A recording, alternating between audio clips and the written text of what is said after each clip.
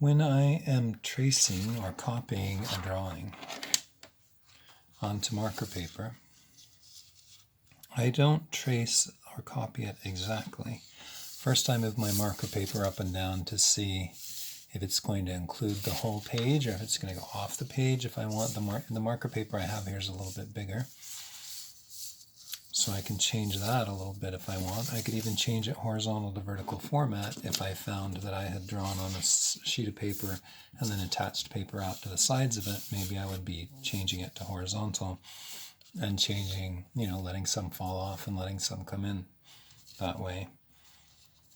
I could do this horizontally, it looks like, but I like the format that I have on here already. It seems to have ended up on the paper fairly well. I think I'm going to run a little bit more off the top. Certainly have enough on the bottom, so I'm just going to line the bottom edges of these up. If I want to, I can put a piece of tape on the corners.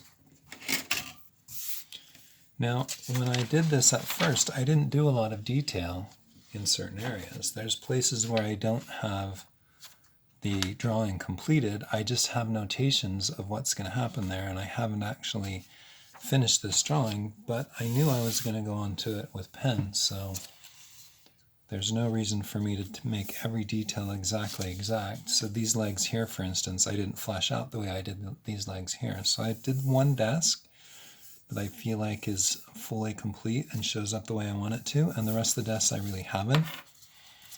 And the other thing about this is I don't want to just go along here and trace each line along there like I've got it. I may want to go along there and just do the same kind of sketching ideas that I had before.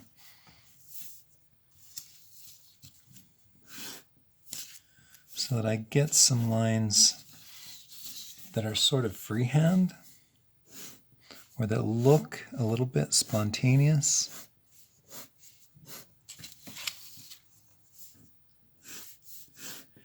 And it's also going to move much faster that way, of course. I'm using a .01 pen. And I'm pretty much just blocking in the grid that I had before.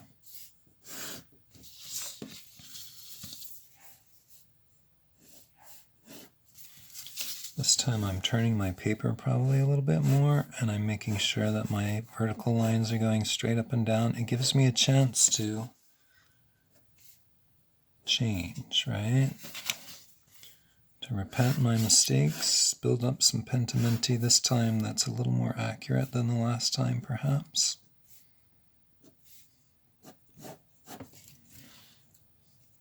As I go in and draw those details in. Maybe I want to skinny up that pillar. Maybe I notice that a couple of my lines are not diverging or converging correctly, so I want to take them and make them do what they're supposed to.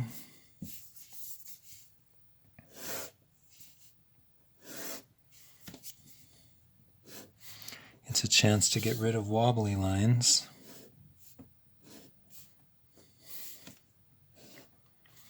And lines that don't agree with my vanishing points.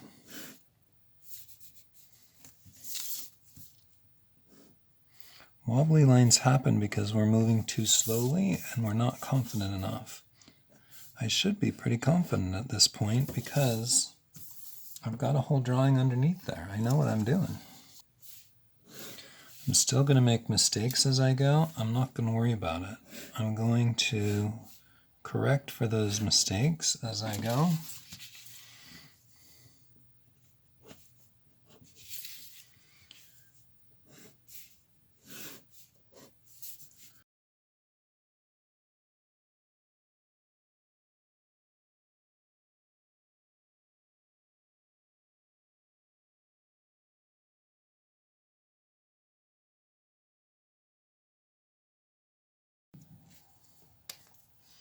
Okay, this desk here is a good example. I like the proportion of this desk that sits out in the front, but the desk that sits behind I made this one too narrow.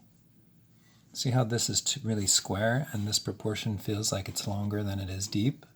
This one feels like it's about square, right? So I need to bring that out a little bit longer, and that's because this line here actually comes over to here, so this line should be going to there, right?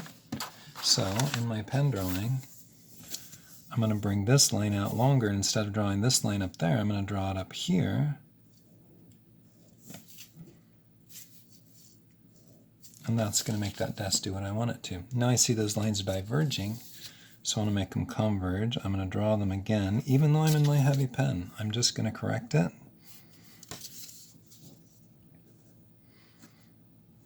And then ignore the line that's wrong. Move on as if it never happened.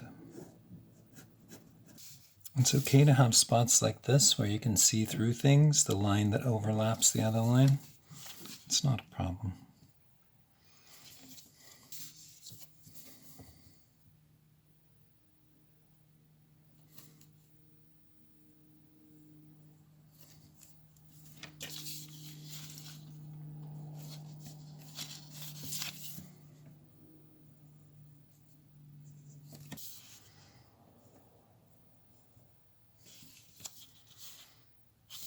When I go into pen, the important thing to remember is that I'm not necessarily just tracing it. So hopefully my pen drawing is actually better than my pencil drawing.